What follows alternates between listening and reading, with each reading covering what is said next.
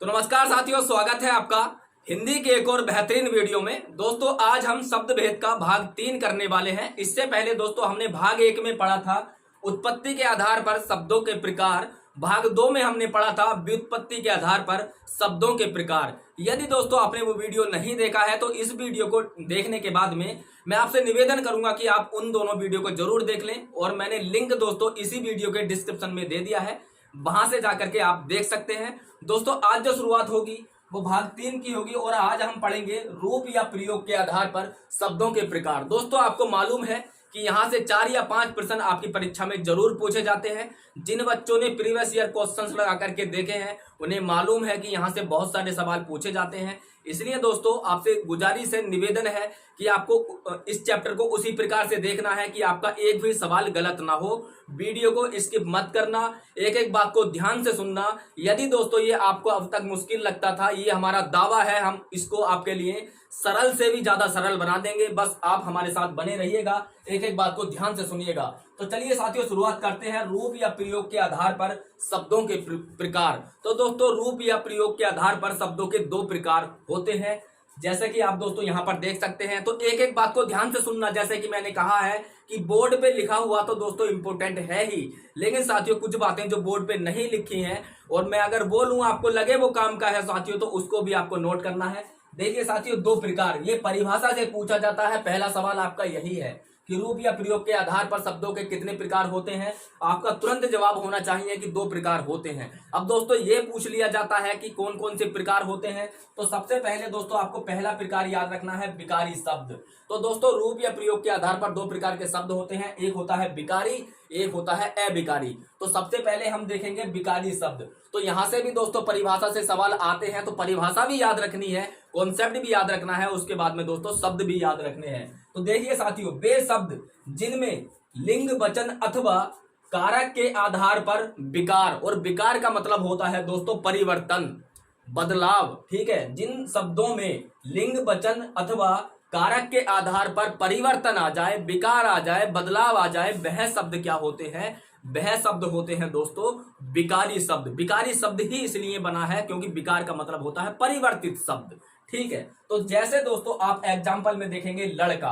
अब देखिए दोस्तों ये लड़का है, अब इस लड़के को हम परिवर्तित कर सकते हैं लिंग के आधार पर, वचन के आधार पर और कारक के आधार पर। जैसे लड़का दोस्तों आपको मालूम है दोस्तों ये पुल्लिंग है, और इसको यदि आप स्त्रीलिंग बनाएंगे तो आपको मालूम है दोस्तों लड़के का लड़की हो जाएगा।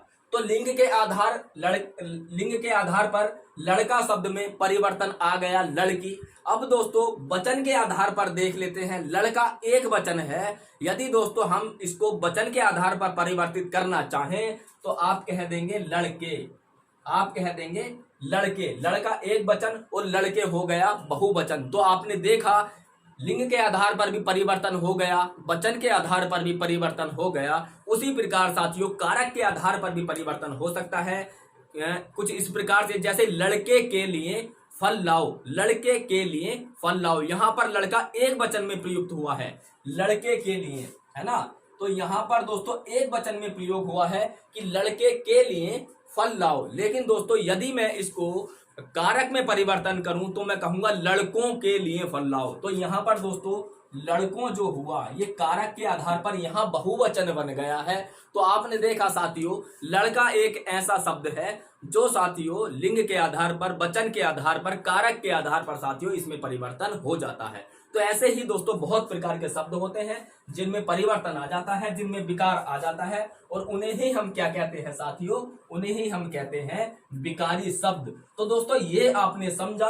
अब हम समझ लेते हैं साथियों कौन कौन से शब्द हो सकते हैं। देखिए साथियों संज्ञा शब्द, संज्ञा शब्द जितने भी हुए, लड़का भी दोस्तों संज्ञा था, जातिवाचक संज्ञा था। संज्ञा में हम डिटेल में बात करेंगे बाद में। अभी आप इतना समझिए कि अभी जो आपने शब्द लिया है वो संज्ञा शब्द ही था।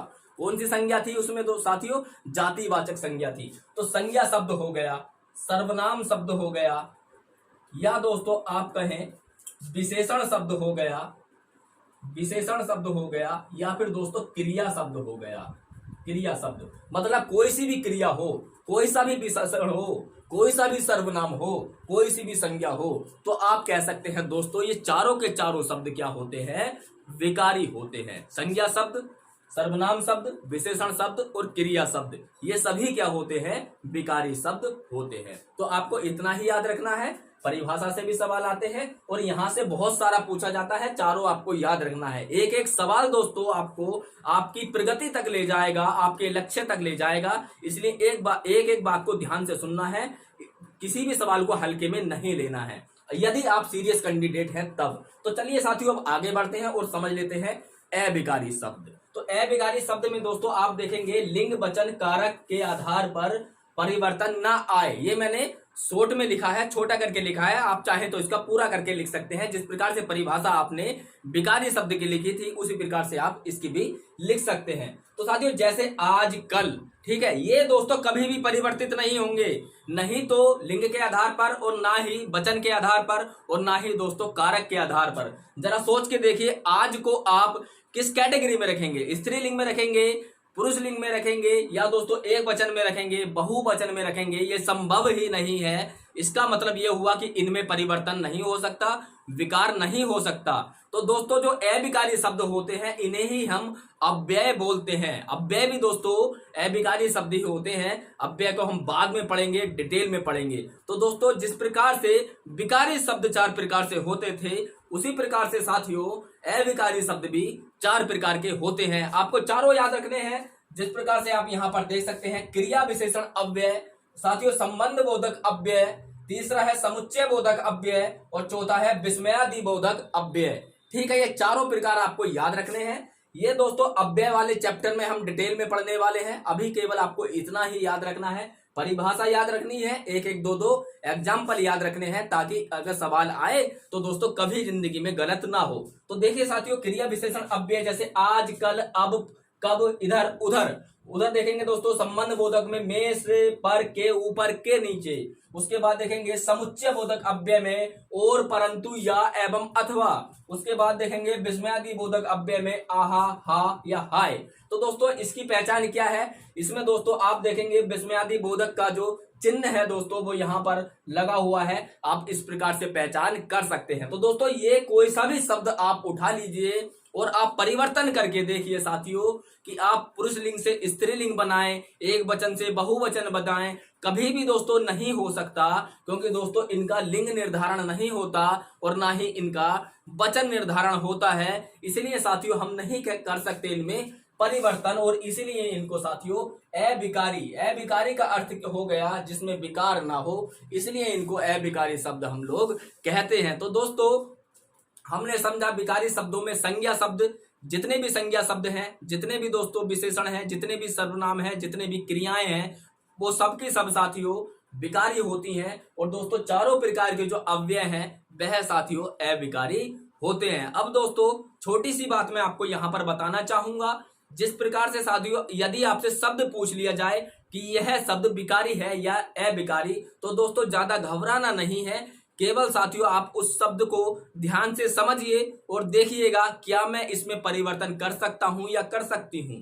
यदि आप परिवर्तन कर सकते हैं तो साथियों वह विकारी हो जाएगा, और यदि आप उसमें परिवर्तन नहीं कर पा रहे हैं तब वह साथियों अविकारी होगा, जिस प्रकार से आप यहाँ पर देख सकते हैं। तो दोस्तों छोटा सा वीडियो ये होगा, और दोस्तों हम हर एक वीडियो में एक टाइप खत्म करते हैं, चाहे वो जल्दी हो जाए चाहे वो थोड़ा देर से हो जाए। 10 से 12 मिनट का कोई भी ज्यादा लंबा वीडियो हम नहीं बनाते हैं, क्योंकि हमारा मानना ये है आपने यदि एक टाइप समझ लिया है तो आप उस पर खुद भी पढ़ें, 1 से 2 घंटा खुद भी दें, और दोस्तों सवाल लगा करके अपनी किताब से देखिएगा, आप पाएंगे कि आप एक भी सवाल गलत नहीं कर पा रहे हैं। यही दोस्तों हमारा वादा आपसे रहता है। तो मिलते हैं अगले वीडियो में, तब तक के लिए नमस्कार।